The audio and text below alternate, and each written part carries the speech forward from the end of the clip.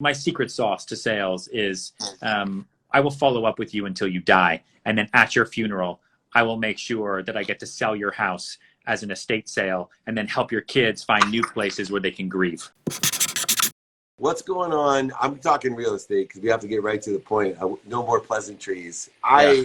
I saved a bunch of cash, and I don't know, number one, when I should dive in. I know how to dive in, but I don't know, when this market's going to take its correction as far as real estate goes. And it seems like we have a whole different market, not as many seconds out there, no subprime lending. It's been a really short period of time. What are you telling people right now? I mean, listen, every seller who is actively on the market with any piece of property right now is incredibly motivated. If they are still listed right now, they want to sell. Those are the sellers where you get the absolute best deals, right? The people that have been on the market for a year and just haven't gotten it done, they are not hopeful for the future, right? The history is going to repeat itself. So those are the best deals to get right now. So that's what I tell everybody. If you're looking in New York's been in a tough spot for like 4 years. So there's been good deals for a long time. But I honestly think kind of now-ish, probably through June, is a great time to strike, because after that, once all the shelters in place kind of are let up, people go back to work slowly but surely. For the most part, people buying property are going to start to scoop things up. And when you start to scoop things up, whether they're really good deals or not, then you start to remove inventory. And when you remove inventory and the demand possibly even spikes, then you start to go into a pretty hot, healthy market. And then all the good deals are bad. So I would look at things right now that were sitting stale, whether it's multifamily, income producing, or even just residential. I mean, what we're telling all of our clients who are looking to move for themselves is, and all of our sellers, like, there is no better way to show somebody the importance of a nice home than by locking them in their current shitty one. Yeah, that's a great idea. And interest rates are low regardless. And so if you're buying payments, right, we're super low, and you don't have to hit the bottom of the mortgage rates in order to get, and I'm trying to lock in. For example, I have 2 daughters that are over 18, and I think as a first-time buyer, this is a great way to set them up for life, to use my savings to allow them to get their first home or multi-unit home in order to. Such a nice dad.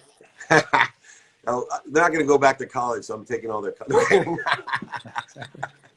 They keep taking that.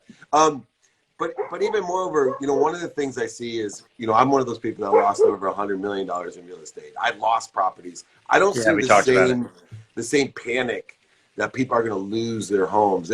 People aren't so far underneath their homes like they were in 2008, where there's going to be millions of homes for sale because the bank owns them. Yeah, no, this is very much a pause, the way we're really looking at it, right? Like in major cities, I mean, the market's been okay for a little while, but it hasn't been, stated income loans, lines out the door. Like, we don't have lines at open houses anymore unless we underprice something by hundreds of thousands of dollars or millions of dollars. All of our deals are for the most part negotiated pretty heavily. It's in New York and some of the other major cities, it's been a buyer's market for quite some time. And so this is very much just a pause on that.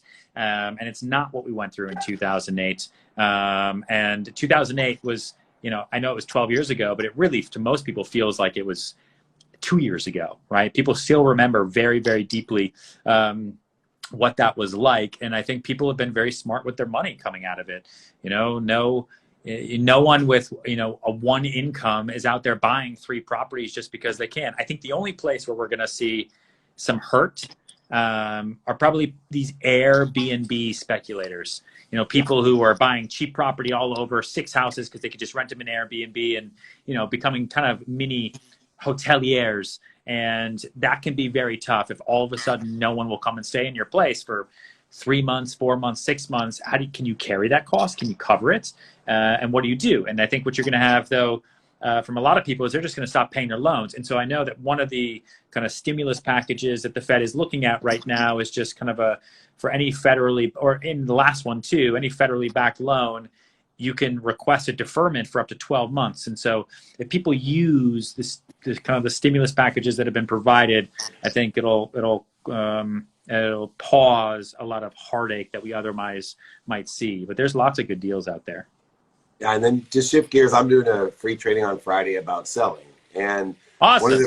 One of the things that surprised me about you when we first met is that you're not just a good-looking guy. Like, you're a serious sales guy, and I've been around this game a long time. You know your stuff, and in fact, I'm going to give you a big compliment, not to blow smoke up your ass, but all these people that have come up with these BS sales programs and courses, you're the only one that comes up around my friends, associates, networks. Are like, you got to buy Ryan's program. It's the only program that's more valuable than it costs. It's priced way too cheap. And I'm not just saying that. I have tons of guys on here. I've never said it, but honestly, I'm going to do this 5 to Thrive thing, and you have such great perspective. Yeah. I need to get your top 3 tips on selling. Oh my God. Come on, man. I know one of them. One of them, I can tell them is no. You can use the one you have in your pocket. I would say, listen. My number 1 tip to selling is don't focus on the sale. Okay, it is a watched pot never boils. Right? It's very, very true. Everybody you meet, if you focus on the sale, if you push for the sale, if you're focused on the commission, it's not going to happen. Right? So it's the power of positive energy, which brings me into tip number 2, which is people hate being sold, but they love shopping with friends. And so if you treat everybody like a friend, and everyone's just a relationship, then they'll look to you as their advisor with the purchase that they were going to make anyway, except now they're going to make it with you because they're comfortable with what you're advising them to do, right? Because you haven't been pushing them. You're not selling them. That doesn't mean that you're going to sit back and be, like a tour guide, and you're just going to point at a bunch of things and not try to get a deal done, right? But you're going to be advising them on what they should do. Like right now, I'm telling you, if you're out there, if you've got cash, you don't have to buy anything, right? It's no skin off my back. But I think now is some great deals. Here's a couple of listings. They've been on the market. This guy for a year, this guy for 14 months, this guy over here. I talked to his agent. He needs to sell. His wife left him, whatever the situation might be. Listen, you need to take advantage of opportunity. And tip number 3 is a little bit more tactical. It's my 3 F's, which are follow up, follow through, follow back. Like, my secret sauce to sales is I will follow up with you until you die. And then at your funeral, I will make sure that I get to sell your house as an estate sale and then help your kids find new places where they can grieve. You're amazing. You enjoy the consistent, persistent pursuit of your potential. Yeah. I got to use some of these clips I do a free training on Friday. I'm going to do a sales one. But nice. My favorite still is when we met and you said, yeah, nobody wants to be sold. They want to go shopping with their friends. Yeah. I've taken that to heart because it does talk about energy and value. And you're a type of person from your training. And I think you have a new course coming out, someone told me. Yeah, we've been working on it for a long time. So we have, we only put the first sales course out in August, the Sell It Like Serhant course that you can get if you go to my ryanserhant.com. There's a button right there for it. But so many people came to us when we put that out and said, listen, I'd love to learn how to sell, but I don't have my real estate license. And most people follow me, because of real estate, $1 million listing and all that. So we have I think we have 1,000 members right now that don't sell real estate. They sell like cars or sponsorships or insurance or they're doctors or what have you. But then there's a lot of people who are like, how do I get my real estate license? So we finally figured out how to do it where we now have a package, and it's called the New Agent Sales Accelerator program, where you get the course, you learn how to sell, set up your career, all the templates you could possibly need to be a brand new real estate agent, and you get your license.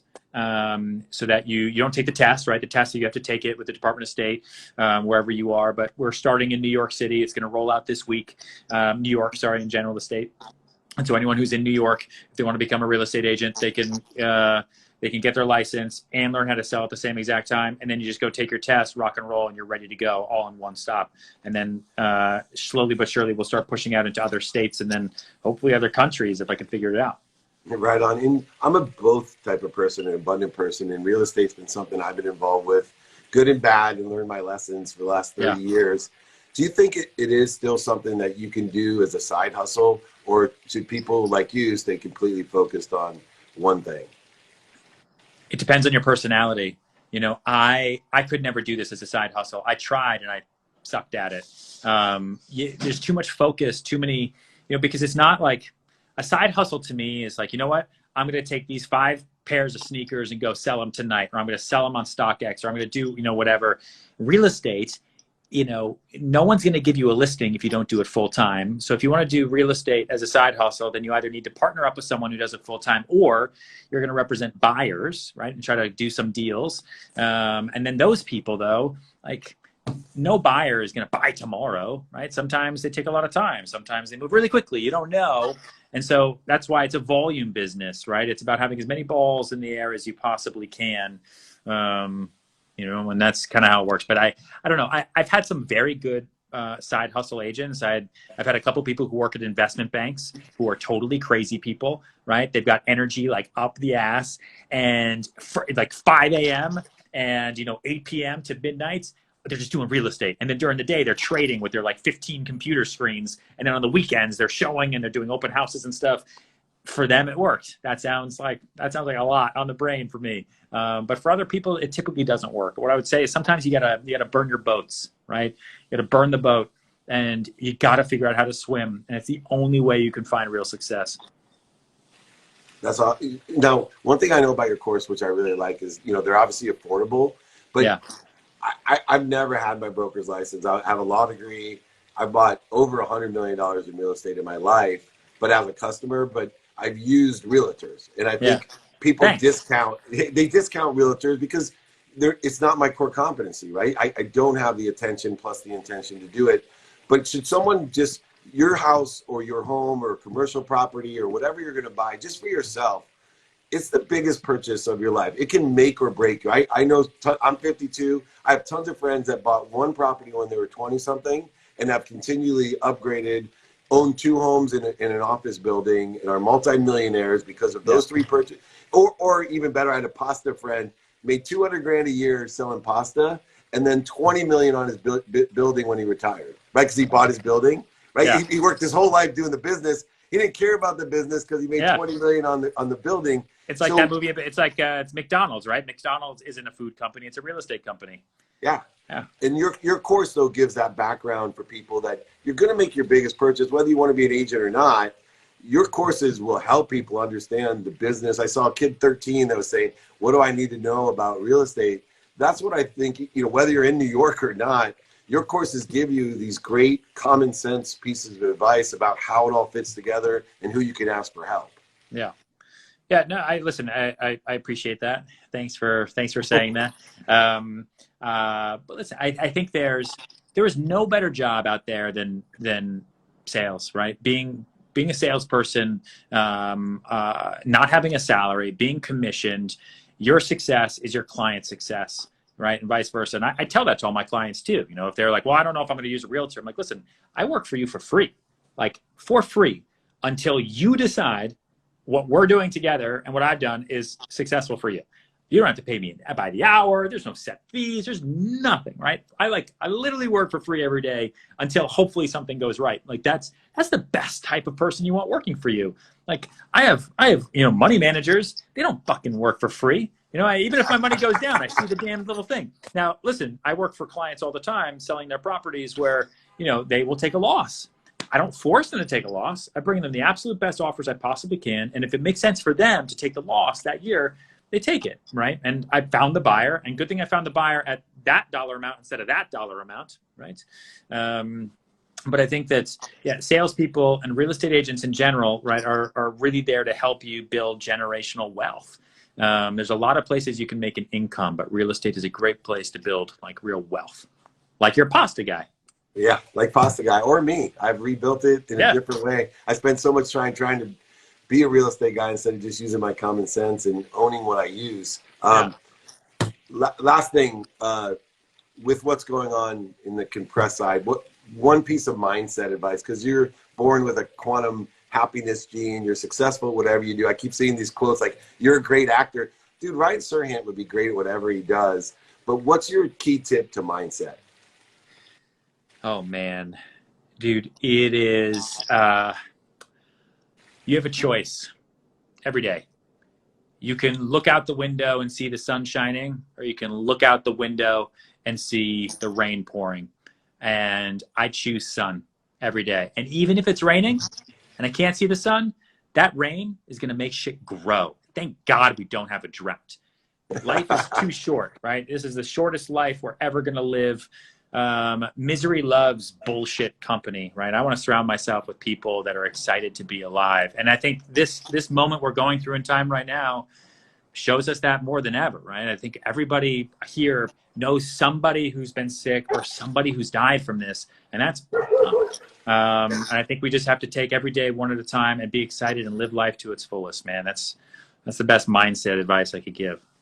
I love it. I always say rain and pain bring good chi or good luck. That's the only way to look at it, right? So, and you've been good luck for me, man. Anything I can do, I appreciate you. Make sure you get his courses, his books, and watch him on TV. He's good luck on Friday. You kill it. Thank you, my friend. Take care. All right, Take man. care. See ya. Bye-bye. What a great guy.